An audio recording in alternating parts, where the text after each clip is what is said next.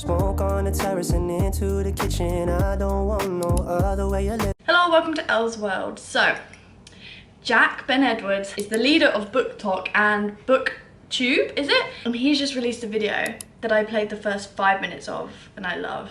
So, sit down, I've got some cookie dough in a mug and let's watch it together. Let's go with Sula by Ooh, that cover's nice. Is, in my humble opinion, one of the greatest books of all time. Toni Morrison wrote so many absolutely exquisite books. She just had this way with words. I love his way with words. The way that like Ruby Granger Jack speaks is French kiss. I wish I could do that. That's a way of capturing the human condition like no one else. Maybe like Toni Morrison and James Baldwin, I think are the gold standard for me. And in this extract, she is talking about a woman. I wish I knew who they were.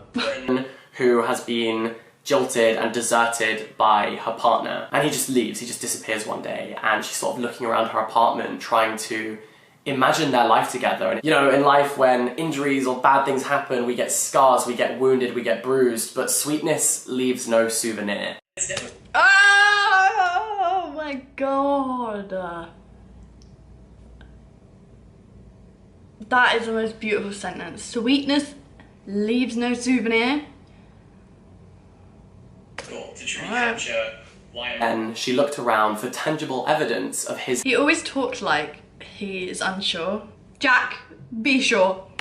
...having ever been there. Where were the butterflies, the blueberries, the whirling reed? She could find nothing, for he had left nothing but his stunning absence.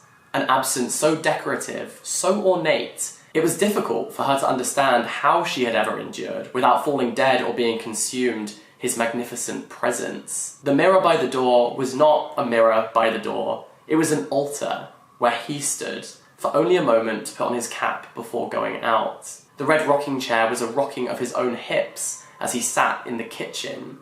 Still, there was nothing of his own, that she could find. It was as if she were afraid she had hallucinated him and needed proof to the contrary.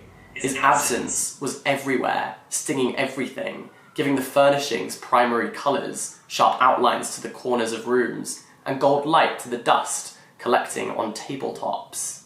When he was there, he pulled everything toward himself. Not only her eyes and all her senses, but also inanimate things seemed to exist because of him, backdrops to his presence. Now that he had gone, these things so long subdued by his presence were glamorized in his wake. How stunning is that? And you know when you are... Girl. Jack has some brilliant, brilliant things. He's gonna persuade me to read all of these books. I'm literally speechless. That is Sula by Toni Morrison. Okay, Nevada by Imogen Binnie. And her girlfriend says to her, "Is this salvageable, do you think?" And she responds, "I don't know." "I don't know," she says again, "but I'll tell you where I am with it. I rode to work that day, thinking about it. I went home thinking..." I can already tell it's gonna be good. I can already tell. ...about it. I can't stop thinking about what we're going to do. Steph relaxes visibly, relieved that Maria is working on this. But I've been thinking about my bike. You know, I love my bike. I've just been thinking, I don't think my bike is just this thing that sits outside the bookstore rusting, or inside the kitchen rusting. That book is like the only way I know to really be in touch with my life, with the world outside myself. It sounds totally hippie, but Steph, all I ever want to do is ride my bike. And there's a reason for that. I think I'm only happy when I'm alone.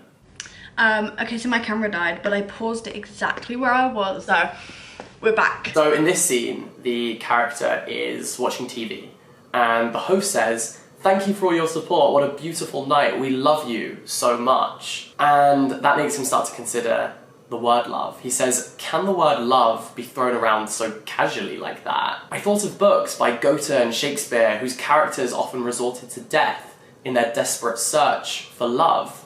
I thought of the people I saw on the news who were obsessed with and even abusive to their loved ones because they thought they weren't loved anymore.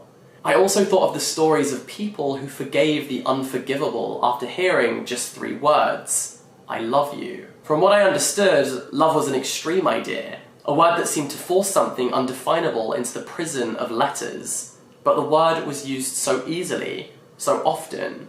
People spoke of love so casually, just to mean the slightest pleasure or thanks. When I shared these thoughts with Gon, he shrugged them away with a puh. Are you really asking me what love is? I'm not asking you to define the idea, I just want to hear what you think. You think I know? I don't know either. That might be the one thing we have in common. And really, don't we all? Ooh, love that. Love that. I didn't think I would read the whole book, but I think that that quote has sold me pretty much. I am someone very extroverted, and I will say everything and I feel everything very strongly, but it's so interesting to see that people don't. Don't we all have that in common? I loved that this made me think, actually, do any of us know? I think a lot of people spend their whole lives searching for a definition for love and never find it. And I've enjoyed. My camera's going to die again. I'll see you next week in Elseworld. Goodbye, goodbye, goodbye, goodbye, goodbye, goodbye, goodbye, goodbye.